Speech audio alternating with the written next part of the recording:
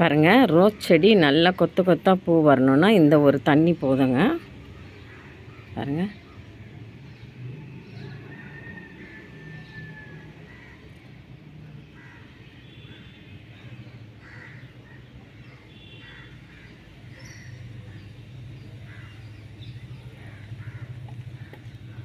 ஃபஸ்ட்டெல்லாம் இதில் அவ்வளோ பூ வர்றது இல்லைங்க, கம்மியாக தான் வரும், செங்காலாக தான் வரும், ஏதோ ஒன்று அப்பப்போ தான் வந்துட்டு இருந்தது.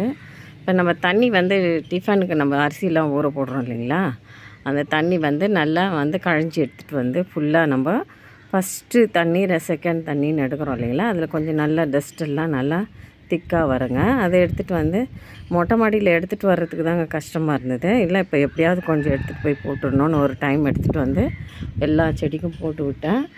ஃபஸ்ட்டு இல்லாதளவு என்ன தான் உரம் போடுங்க, அதெல்லாம் வந்து செட் ஆகாது. இந்த தண்ணி போட்டு பாருங்கள், 2 வாரம் போட்டு பாருங்கள், அப்புறம் எப்படி தளிர் வருதுன்னு. நிறைய வந்து பூவும் நிறைய எக்கச்சக்கமாக வருதுங்க. அதாவது சிங்கிளாக வந்த செடியில் கூட ஒரு 4-5 பூவாக அந்த பாருங்கள், இந்த அளவுக்கு பாருங்கள், ஒரு செடியில் எவ்வளோ வந்திருக்கு பாருங்கள், திக்க எத்தனை பூ வந்திருக்கு பாருங்கள். இந்த செடியெல்லாம் வச்சு வந்து நான் ஒரு 10 வருஷம் ஆயிருக்கேங்க. அந்த அளவுக்கு ஃபஸ்ட்லாம் அவ்வளோ வர்றதில்லை. இப்போ வந்து இந்த தண்ணி நம்ம போட போட நல்லா வந்து ஸ்டெம் தடியாக வருது. பூ வந்து 1-2 பூத்ததில் வந்து ஒரு 10-12 பூ வர அளவுக்கு அவ்வளோ திக்காக பூவெல்லாம் நிறையா வருதுங்க. ட்ரை பண்ணுங்கள்.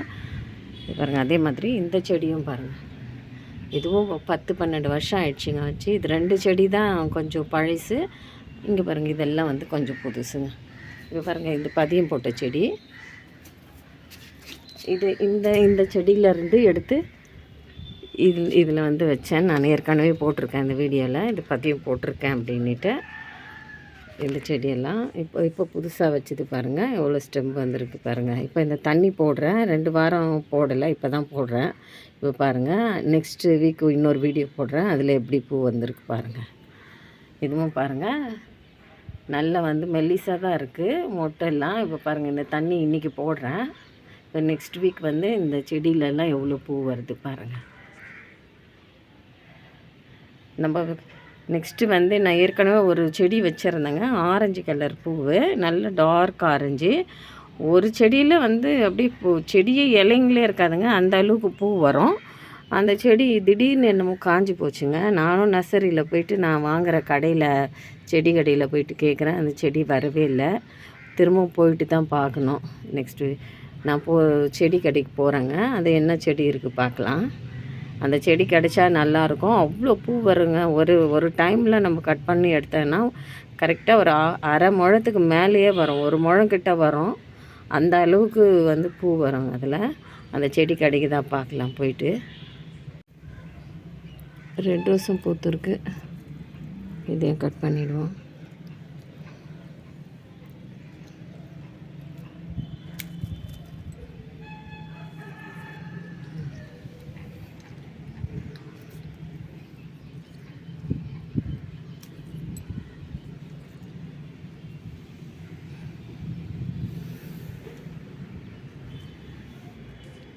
பாருங்கள், எல்லோ நல்லா திக்காக தடியாக வந்துட்டு இருந்தது.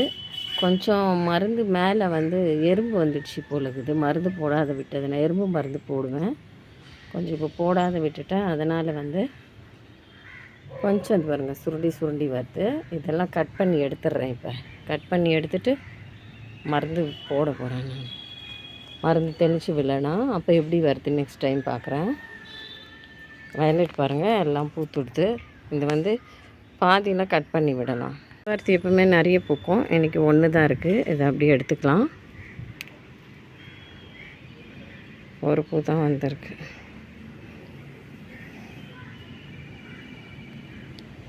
சைடெல்லாம் நல்லா தண்ணீர் வருது.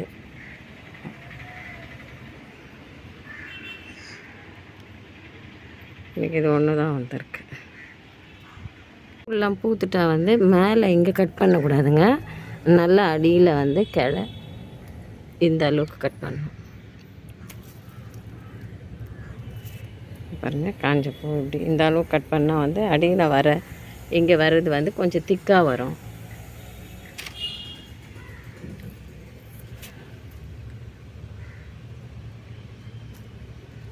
எல்லா செடியும் அப்படியே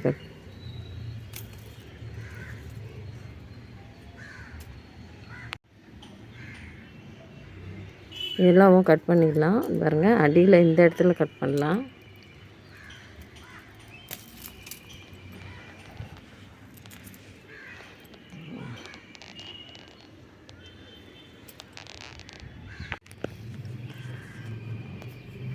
பாருங்கள், இதுலேயும் எல்லாம் பூத்துட்டுது.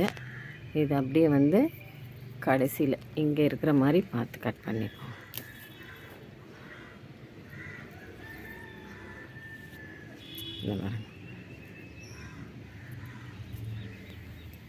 பாருங்கள், இன்றைக்கி எல்லாம் பறிச்சாச்சு.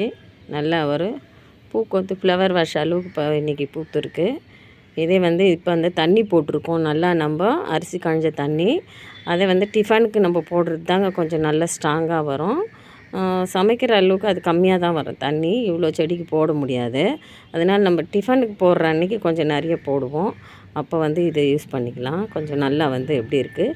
இப்போ நெக்ஸ்ட் வீக் இன்னொரு வீடியோ எல்லாம் தளிர் விட்டுருக்கு. எப்படி பூ வந்திருக்கு பார்ப்போம். இந்த வீடியோ பிடிச்சிருந்தால் லைக் பண்ணுங்கள், ஷேர் பண்ணுங்கள். விஎஸ்கே வேலூர் விலாக் சேனலுக்கு சப்ஸ்கிரைப் பண்ணுங்கள். மறக்காமல் பெல் ஐக்கானை கிளிக் பண்ணுங்கள்.